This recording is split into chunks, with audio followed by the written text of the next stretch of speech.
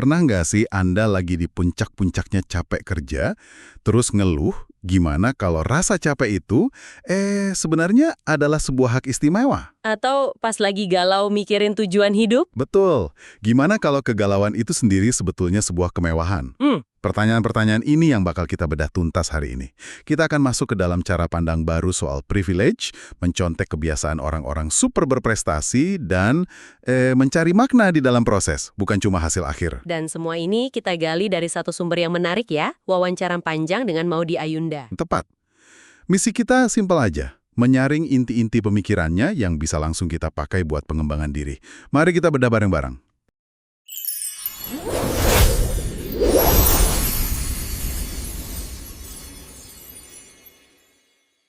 Yang bikin sumber ini menarik itu sebetulnya bukan karena konsepnya baru. Kita semua kan pernah dengar soal privilege, imposter syndrome, atau passion. Iya, udah sering banget dibahas. Tapi yang beda di sini adalah bagaimana konsep-konsep ini diberi nyawa, diberi makna yang jauh lebih personal.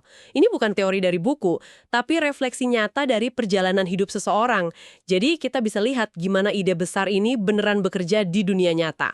Oke, mari kita mulai dari yang paling sering jadi perdebatan. Privilege atau hak istimewa.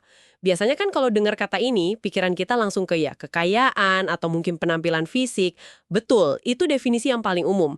Tapi sumber ini ngajak kita untuk melihatnya lebih dari sekedar itu. Privilege itu ternyata, berlapis-lapis, kayak bawang gitu. Berlapis-lapis.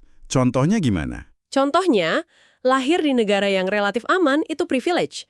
Punya orang tua yang nggak cuma ngasih makan, tapi setiap malam ngajak diskusi soal buku itu privilege intelektual yang luar biasa.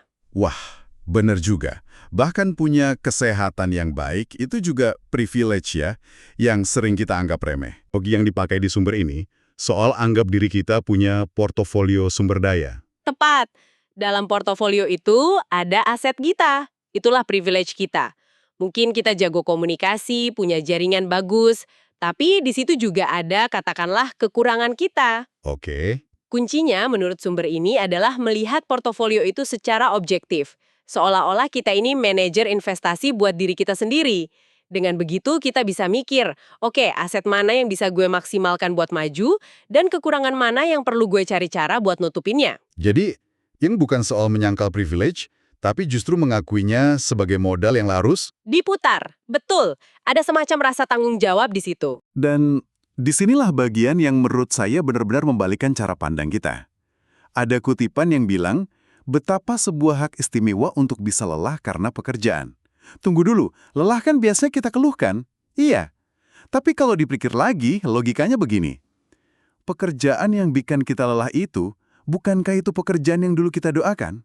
Yang kita perjuangkan mati-matian buat dapat? Oh, Jadi, rasa lelah itu sebenarnya bukti bahwa doa kita terkabul. Kita lagi sibuk menjalani apa yang dulu kita impikan. Ini mengubah keluhan jadi rasa syukur. Itu sudut pandang yang kuat banget. Dan ada satu lagi yang sejalan. Betapa sebuah hak istimewa untuk bisa bertanya tentang jiwa kita.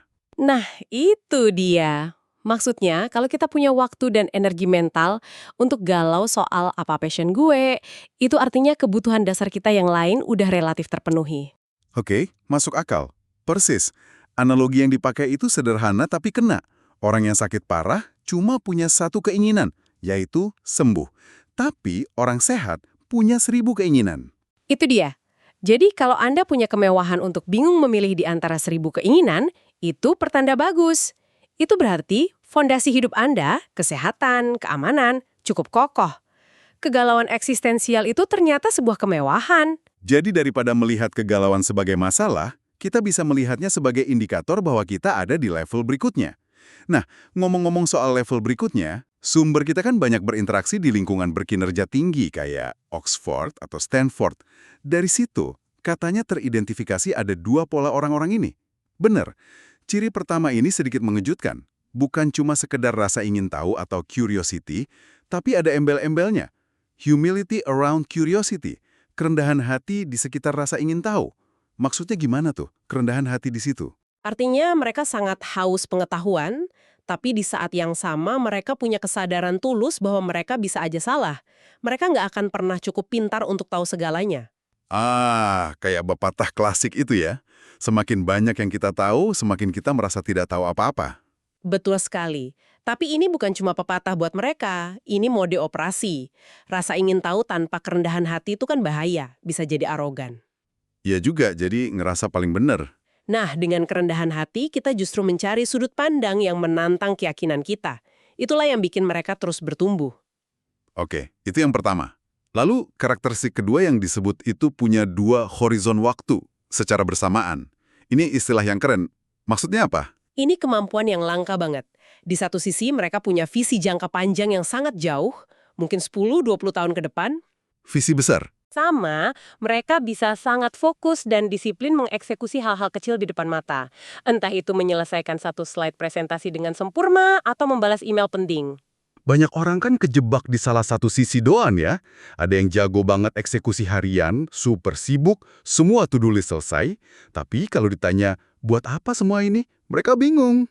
Atau sebaliknya, ada si pemimpi besar, visinya luar biasa, mau mengubah dunia, tapi nggak pernah konsisten melakukan hal-hal kecil yang membosankan tiap hari.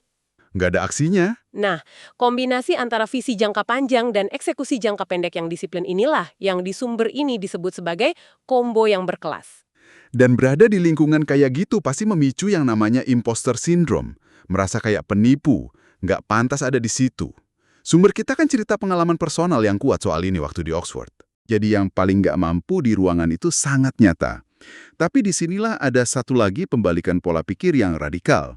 Nasihatnya adalah, cobalah untuk sengaja menempatkan dirimu di sebuah ruangan di mana kamu adalah orang yang paling tidak pintar. Wah, itu kan kebalikannya banget ya. Ego kita maunya jadi yang paling jago dong.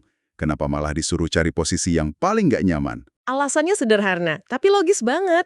Karena itu artinya kamu adalah orang yang paling banyak bertumbuh di ruangan itu. Oh, oke. Kalau Anda yang paling pintar, Anda nggak belajar apa-apa. Anda cuma ngulang yang udah Anda tahu. Tapi kalau Anda yang paling bawah, Anda jadi sponge. Anda menyerap semua ilmu dari orang-orang hebat di sekitar Anda.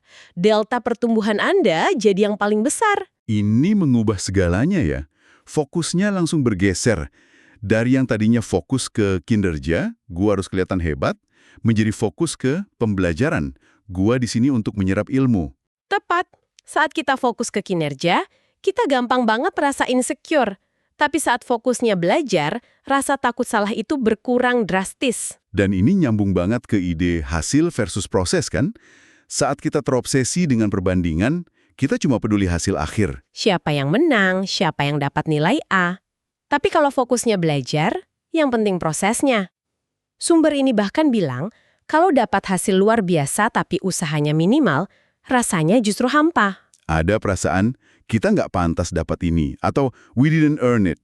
Bener juga sih, kalau dapat sesuatu kegampangan, kadang malah aneh rasanya. Kepuasan terbesar itu justru datang dari proses berjuang itu sendiri. Momen-momen di mana kita merasa paling hidup itu seringkali bukan pas terima piala, tapi pas malam-malam begadang mempersiapkannya. Prosesnya itu yang membentuk kita. Tentu. Tapi proses pembentukan itu seringkali datang dengan harga yang mahal. Dengan pengorbanan yang nggak kelihatan. Sumber ini jujur banget soal ini dan mengungkap dua hal spesifik yang dikorbankan. Nah, ini bagian yang penting. Sisi lain dari pencapaian. Apa aja itu? Yang pertama adalah waktu untuk bermain dan bersenang-senang. Times of play and playfulness. Ketika garis waktu tekanan, begitu istilahnya, udah dimulai sejak usia 13 tahun karena harus menyeimbangkan sekolah dan karir, ada banyak momen masa muda yang lewat. Contohnya? Contoh spesifik yang diceritakan itu nggak bisa menikmati malam perpisahan sekolah sepenuhnya karena besok pagi udah ada jadwal pekerjaan. Itu sedih banget sih. Kehilangan momen-momen nggak penting di masa muda yang ternyata penting banget buat membentuk kita. Ruang untuk sekedar bermain dan jadi bodoh sebentar, itu ternyata kemewahan. Dan pengorbanan kedua ini mungkin lebih dalam lagi dampaknya. Kebebasan untuk berbuat salah. Freedom to make mistakes. Sejak kecil, karena udah jadi figur publik, ada rasa tanggung jawab yang bikin setiap tindakan terasa berisiko lebih tinggi. Disebutkan bahwa perasaan bebas untuk melakukan kesalahan konyol tanpa dihakimi publik itu nggak pernah dirasakan lagi sejak usia 12 tahun. Beban mentalnya pasti berat banget ya. Setiap langkah diawasi, setiap kesalahan kecil bisa jadi berita. Ini berarti proses belajar dari kegagalan yang normalnya kita alami jadi sangat beresiko. Betul, dan ini dampaknya jangka panjang. Menurut sumbernya, ini bisa bikin seseorang jadi lebih risk averse atau terlalu hati-hati. Dan ini membawa kita ke ide besar terakhir yang mungkin paling menantang dari semua yang kita bahas hari ini. Soal passion ya, ini nih topik sejuta umat. Siapa sih yang nggak pernah pusing nyari passion? Benar, dan sumber ini blok-belakangan bilang bahwa salah satu nasihat terburuk yang pernah ia percaya adalah gagasan bahwa passion itu sesuatu yang harus kita temukan. Seolah-olah passion itu harta karun terpendam gitu ya. Iya, yang udah ada di dalam diri kita, dan tugas kita cuma menggali sampai ketemu. Dan itu bikin frustrasi banget kan?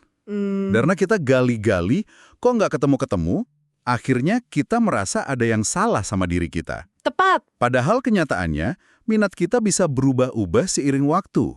Nah, alternatif yang ditawarkan sumber ini sangat memberdayakan. Passion bukanlah sesuatu yang Anda temukan, tapi sesuatu yang bisa Anda bangun. Wah, ini melegakan banget dengernya. Passion is built, not found. Jadi kita nggak perlu nunggu ilham turun dari langit ya. Gimana cara kerjanya bangun passion itu? Prosesnya dimulai dari tindakan, bukan dari perenungan. Anda bisa mulai dari sesuatu yang Anda kuasai, atau bahkan sekedar sesuatu yang bikin Anda sedikit penasaran. Lalu Anda curahkan waktu dan energi untuk jadi lebih baik di bidang itu. Oke, jadi get good at something first. Betul. Seiring Anda makin kompeten, Anda mulai bisa memberikan kontribusi. Dari kombinasi penguasaan, mastery, dan kontribusi, contribution itulah, rasa cinta dan gairah terhadap bidang itu mulai tumbuh. Passion itu hasil akhir dari sebuah proses, bukan titik awal. Ini mengubah cara kita memandang pekerjaan pertama atau proyek baru ya. Pertanyaannya bukan lagi, apakah ini passion gue? Tapi lebih ke, apa yang bisa gue pelajari dan bangun dari sini? Ini membuat kita nggak gampang menyerah. Kita nggak akan resign setelah 3 bulan cuma karena merasa kurang passionate. Kita sadar, membangun sesuatu itu butuh waktu dan keringat. Pola pikir yang jauh lebih realistis dan proaktif. Betul. Jadi kalau kita rangkum semua obrolan kita, Anda beberapa pembalikan cara pandang yang luar biasa. Kita melihat privilege bukan sebagai beban, tapi sebagai tanggung jawab. Kinerja tinggi bukan soal jadi yang terpintar, tapi kombinasi rasa ingin tahu dan kerendahan hati. Dan yang paling penting, passion bukan sesuatu yang kita cari, tapi kita bangun. Semuanya bermuara pada fokus ke proses, ke pembelajaran. Dan sebagai penutup, ada satu hal lagi yang dilakukan sumber kita. Di usianya yang ke-30, ia sedang melakukan periode audit pribadi. Audit pribadi? Maksudnya gimana tuh? Itu momen untuk berhenti sejenak dari semua kesibukan, lalu memeriksa kembali, apakah hal-hal yang selama ini dikejar dengan ambisius masih selaras dengan apa yang benar-benar diinginkan sekarang. Apakah tujuan yang ditetapkan di usia 20 masih relevan di usia 30? Dungkan. Kalau Anda melihat perjalanan Anda saat ini, baik dalam karir maupun kehidupan pribadi, apa satu asumsi tentang tujuan atau passion Anda yang mungkin perlu Anda pertanyakan kembali saat ini? Sesuatu yang selama ini Anda kejar mati-matian, apakah itu masih benar-benar yang Anda inginkan? Atau jangan-jangan itu hanya sesuatu yang Anda pikir seharusnya Anda inginkan?